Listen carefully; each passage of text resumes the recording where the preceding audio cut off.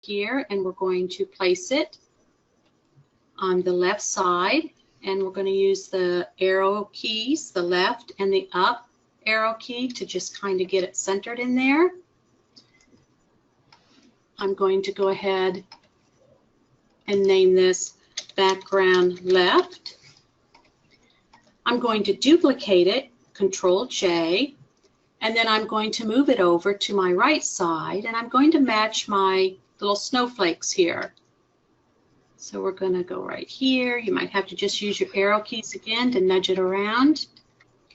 And I'm going to name that background right. The next thing we're going to do is I'm going to open up another background paper. And I'm going to resize this. I want it to be a little bit smaller than the 12 by 12. So using Control-Alt-I, that also opens up my image size, and I'm going to change the width and the height to 11 inches. Click OK, and then I'm going to drag that in and place it just above and kind of center it above my background left. I'm going to go ahead and duplicate that, Control J, and I'm going to hold down my Shift key, and I'm going to use my right arrow, and I'm going to scoot it. It's supposed to go faster than that when you hold the Shift key. We're going to go ahead and scoot it over here, keeping it in line with the one on the left-hand side. Let me go ahead and move this up to my background right. We'll call this paper 1 right. And let's continue moving it over till we get it centered. Now, if you have a really, really good eye, you can just click and drag it over, but my eye's not that good. We're going to name this layer down here above my background left, paper 1 left. And we'll close this. And we'll go ahead and we'll grab another paper, and I'm going to resize this paper as well, Control-Alt-I. And I'm going to make this one 9.5 inches and say OK. And I'm going to do the same thing. I'm going to come above my paper left. I'm going to drag this paper over, and I'm just going to kind of center it in here. We're going to duplicate it. I'm just going to do it this way here. There. We're going to bring it up. You're like, here. No more of that little. I know. Now I will use this, though. I won't have as far to go. Right. So we'll go ahead and nudge that over using my Shift and right arrow key. I'm going to name this one paper 2, and that's my right side. And we're going to name this one paper 2 left side. And we'll go ahead and close this out. We're going to go ahead and pick up a frame. We'll get our left frame. Now, my frames and my clusters, I used clusters because we had quite a bit to cover this evening. I wanted to make sure that we had enough time. So I used clusters, and my frame I created using the papers from my kit. So that's why we have it as a ping and as a layered, well, actually it's a TIFF file right now, layered. I'm going to click on this bottom and hold down my Shift key, click on the top layer, and then I'm just going to drag it all over to the left side. And I'm going to place it, or let's just place it right about here for right now. While these 3 layers are highlighted, I'm going to right click, and I'm going to go ahead and just merge those layers. Okay, Linda. Yes, ma'am. So she took 3 different layers, and so the frames. Okay, so what she did was she selected all 3 of those layers for the frames, and then she drug them over to the, the layout. So that's what she did. Now you could do it either way. You could merge them before, or you can merge them after. So she merged them after. So that was the process.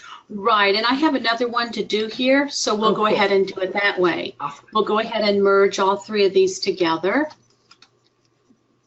And you can do merge layers or merge visible as long as this white is not showing. as long as you have it turned off. So we're going to go ahead and merge those layers. And then we're going to drag this one and we're going to put it on top of my paper right. I'm going to place this one right about in here. And we'll go ahead and close this. And then I'm going to bring up my picture. This is for my left side. Let's go ahead and it's going to go under my frame and on top of my paper. So we're going to drag that over here.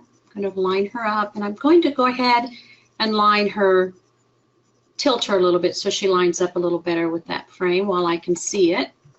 And then we're just going to scoot it up in here. And that's where we would like that. We'll close this one. And then we're going to open up our other picture. We're going to put it underneath our right frame and above our right paper 2. Not a lot of space there. And let's go ahead and tilt it. Now, can you see how I tilt this? I can either get the little square that's in the center or on either end. And when your arrow turns to a curved arrow, that means you can manipulate your photo. And then we're just going to use our arrow keys to nudge it up in here. And I'm going to go ahead at this time and I'm going to link my frame and my picture by clicking on my right frame and holding down my control key and clicking on my picture, right click, and we're going to link.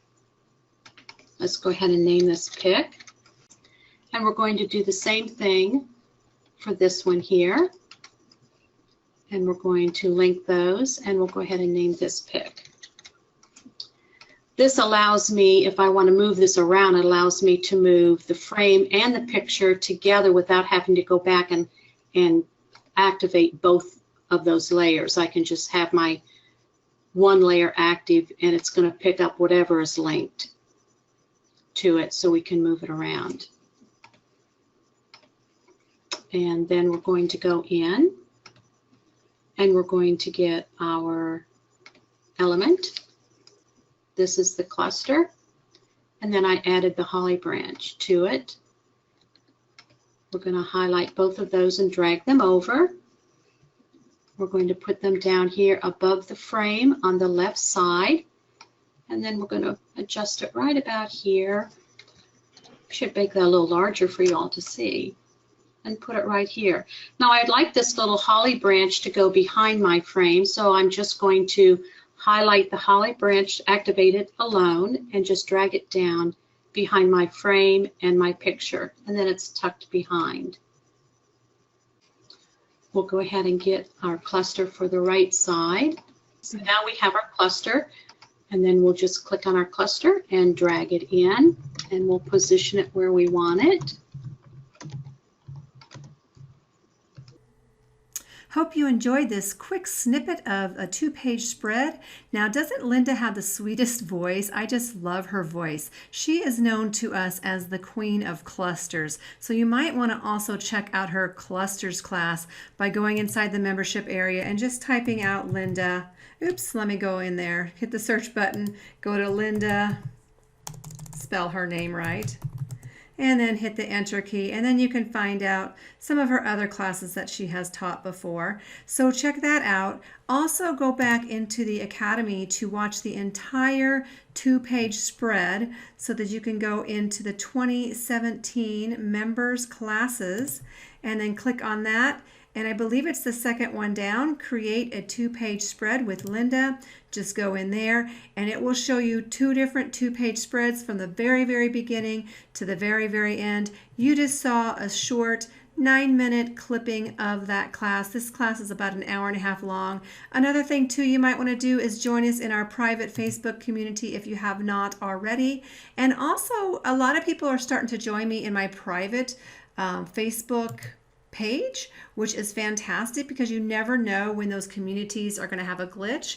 And I sometimes post when the upcoming free classes are in there as well. And you can find me under Michelle Waddell Stelling. So go ahead and friend me and also take a look at the photo editing and DigiScrap community. And I will put the links below. Hope you enjoyed this short clip, and I'll see you next week. Bye-bye.